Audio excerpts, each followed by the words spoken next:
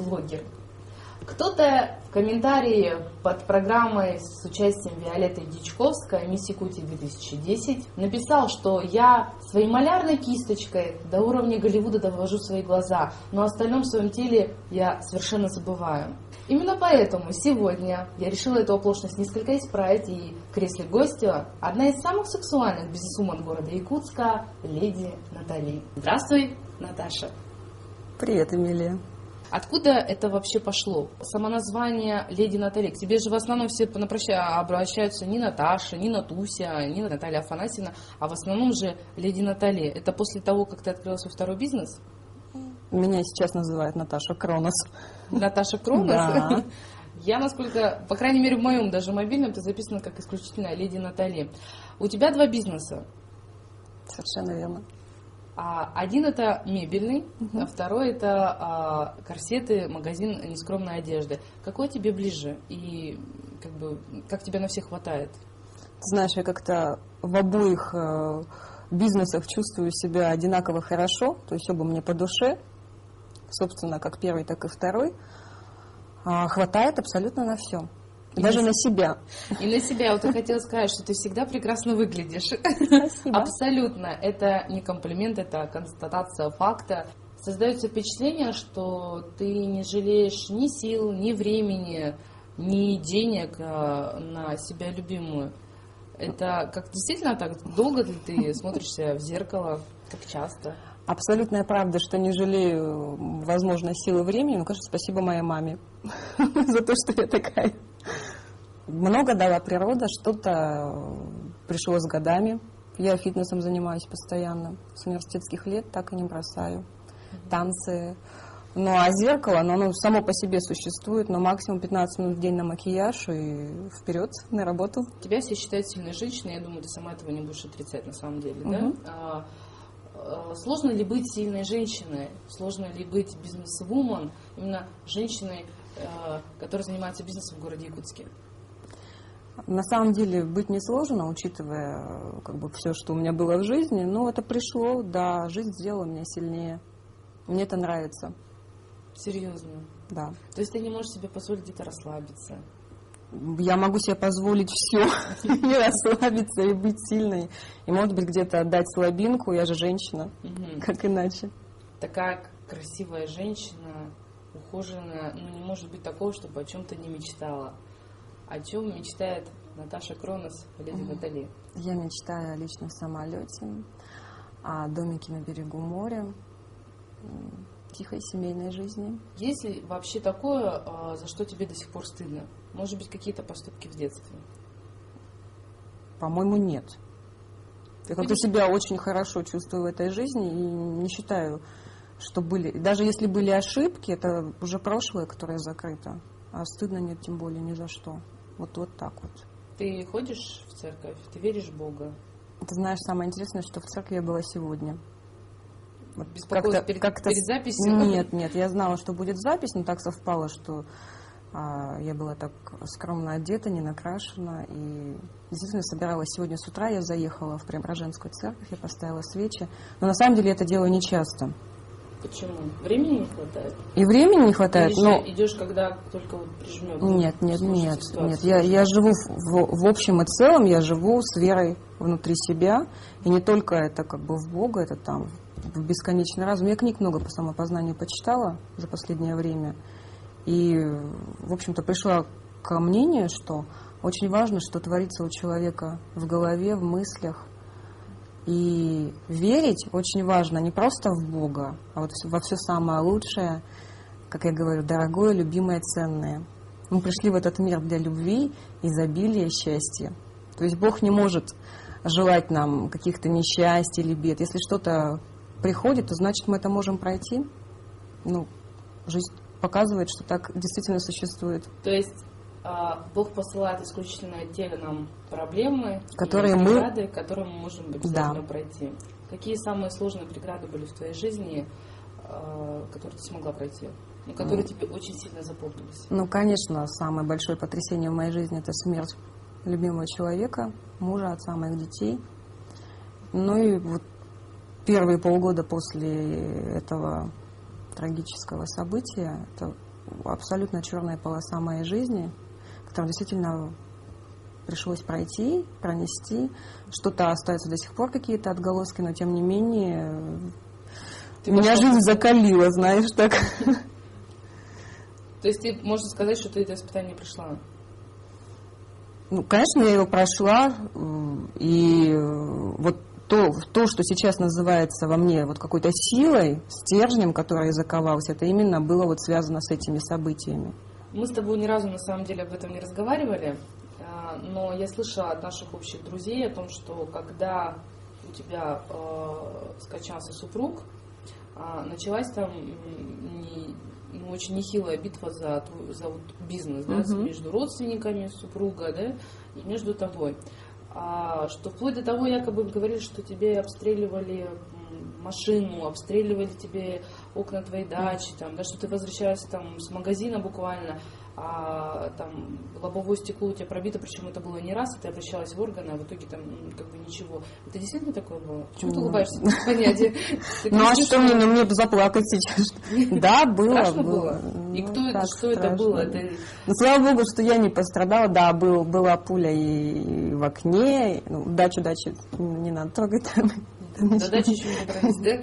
Не было такого? Нет. Просто я слышала про дачу. Нет, на даче там у меня свои отдельные разборки с соседями были. Да, вот они мне тоже перешли после смерти мужа, который пытался там отстоять справедливость. Но мы сейчас эту проблему решили. То есть это уже все в прошлом, то есть поэтому ты путаешь. Потому что был вопрос с дачей, с этими наследниками, да. Были разбитые стекла, были стрельба по машине, ну там как стекло разбили, были кражи из автомобиля, когда пропали все мои документы. Мне звонили, угрожали по телефону. Да, все это было. А что в итоге? Кто? Ну, в итоге я выходила на правоохранительные органы. В принципе, это считается недоказуемым. То есть, когда вот по факту. Когда кто-то звонит, это же, нет. Пишешь заявление, там можно вычислить. Да ничего там, не вычислили ничего. А основной факт имеет уже, когда, не знаю, человека убили. Так мне объяснили. Вот после этого уже можно что-то там, возбудить какое-то уголовное дело и начать процесс. А то, что постреляли, и что, найти никогда никого не смогут. То есть это именно было только исключительно из-за бизнеса, а не то, что там какой-то, не знаю, тайный воздыхатель, который не добился... Слушай, я не знаю, может быть, мне вообще фатально не везло, что я попала и кому-то там под пулю. Это было, в общем-то, наверное, 2 или 3 года назад уже, не 2 года назад это было, я об этом уже забыла. Сейчас, как? Смысла уже нет какими-то такими действиями на меня пытаться произвести впечатление. Тебе не страшно было? Я на самом деле поражаюсь. Я не могу тебе... Страх это то, что человеку вообще не должно быть присуще. Когда человек боится, у него появляется стресс, эти негативные мысли. Я говорю, я книг немало прочитала по самопознанию. То есть страх надо из себя изгонять. Когда ты боишься, когда ты чувствуешь стресс, негативные эмоции, это все влияет и на физическое самочувствие, и на какие-то жизненные ситуации. То есть все в этой жизни не просто так. Ты сталкивалась в своей жизни с завистью? Конечно. Какая реакция? У меня? Да. Мне было странно это видеть, но я на себе чувствовала просто такую зависть, связанную со злобой. Там даже вот то, что про дачу сейчас было задето, там действительно была зависть вот этих вот соседей, что мы, может быть, живем лучше. Там, да, люди подавали просто исковые заявления, они там и мэрию города Якутска, и прокуратуру, и природоохранную, и республиканскую, меня туда и вызывали. Меня и в прокуратуре там мозги мне пытались вправить. То есть было всякое. И все это связано, да, вот с этой вот людской завистью. Людская зависть, да, давай будем откровенны, да, что ты живешь в достатке. Ты работаешь, ты трудишься, у тебя бизнес. Можешь ли ты сказать, что, только честно, действительно ли деньги портят человека? Тебя они как-то испортили? Изменилось ли у тебя какое-то отношение к людям? Ты знаешь, я наблюдаю, что есть категория людей, которых деньги портят. Я о себе так не думаю, но я знаю, что про меня так думают. И мне об этом могут даже сказать. Я даже слышала о том, что мне в глаза говорили люди, которые меня давно знают, что якобы вот мои фотографии, на которых я выгляжу якобы счастливо, отражают мою несчастную сущность или душу там. Ну, в таком духе. Мне прямо об этом в глаза говорили. Но это не так на самом деле. Но в итоге, то есть это тебя я это всячески отрицаю. Я не считаю, что деньги меня испортили. К тому же я предпринимательством занимаюсь очень давно. С первого курса университета я постоянно что-то предпринимала. То есть пыталась как-то зарабатывать. Причем не просто там какие-то вот мелкие делишки. Изначально шла вот на какие-то такие уже серьезные предприятия. И тем более после смерти мужа, когда остался крон, такие неимоверные долги там оставались. То есть нужно было поднимать. А так как я уже была в этой сфере, знала, как все работает, мы смогли с мамой, конечно, удержать. То есть мама у меня большая помощь, за что я ей благодарна. Не знаю, ну, у нас нормальный мужчина, да, который, если видит какую-то красоточку, ну, может как-то оказывать знаки внимания. Тебя как-то домогались сексуально? Сразу же вот так вот увидел и сексуально. Ну, я не знаю, все по-разному домагиваются. Ну, конечно, по-разному. Как ты реагируешь в таких ситуациях? Я свободная женщина, хорошо, идем, или же полный игнор? Нет, если человек проявляет какой-то интерес, ну, не сексуально, допустим, просто он изначально все равно пытается познакомиться, ну, хотя бы имя, не сразу же сексуальный интерес. Конечно, я иду на контакт, то есть мне интересно, почему как бы вот возник, ну, то есть мне интересно пообщаться с человеком, а может быть он интересен. Я знаю, что меня мужчины боятся, поэтому как бы вот я так отношусь, если он идет на контакт, я тоже отвечаю. Но дальше уже на мое усмотрение. То есть, насколько этот контакт продолжится. Так продолжается или нет? Ну, конечно, что-то. У нас же секса нет в республике. Наталья Афанасьевна. Как это в республике? Когда ты открывала магазин «Леди Анатолии нескромной одежды», вот эти комбинзончики с дырочками на прекрасном мягком месте, корсеты, в которые буквально девушки все побежали, полгорода, по-моему, уже все в клубах ходят, только в корсетах твоих. Какую ты цель преследовала? И как вообще родилась у тебя вот такая вот бизнес-идея? Ты просто замучилась искать в городе корсеты, которые, по-моему, ты очень сильно любишь, или что?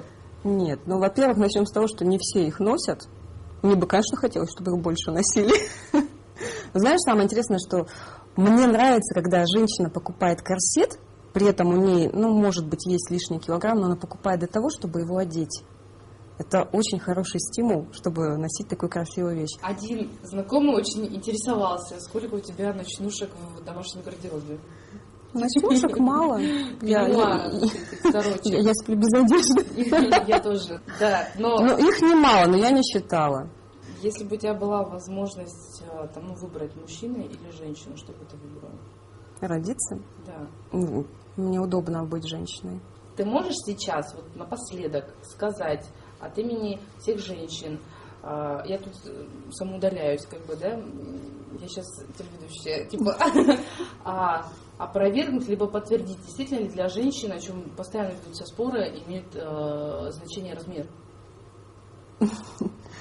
Я не буду отвечать за всех женщин, я отвечу за себя. Для меня имеет. Не надо сильно много и сильно мало. Вот среднее в самый раз.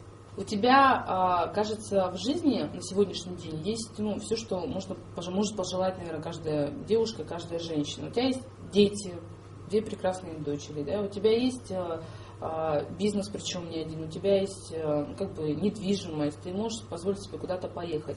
Вот скажи, пожалуйста, в чем заключается твое счастье? Скорее всего, не счастье, в чем заключается, что для меня счастье. Хорошо, что для тебя счастье? Перефразирую вопрос. Ну, скорее всего, мне хочется любить и быть любимой. Дорогой блогер, я искренне от всей души в конце этой встречи с леди Натальей желаю тебе любви и счастья. И пусть самое главное в жизни каждого из вас никогда не случится секса без любви. Всегда ваша Ханум. Почему секс есть? Просто у каждого свой. Мужчина думает о сексе. Да, мужчина думает о сексе, но, естественно, я думаю о том, интересно, насколько в своих фантазиях он далеко зашел, глядя на меня. В смысле? В прямом смысле. Как хочется попасть в мозг мужчины.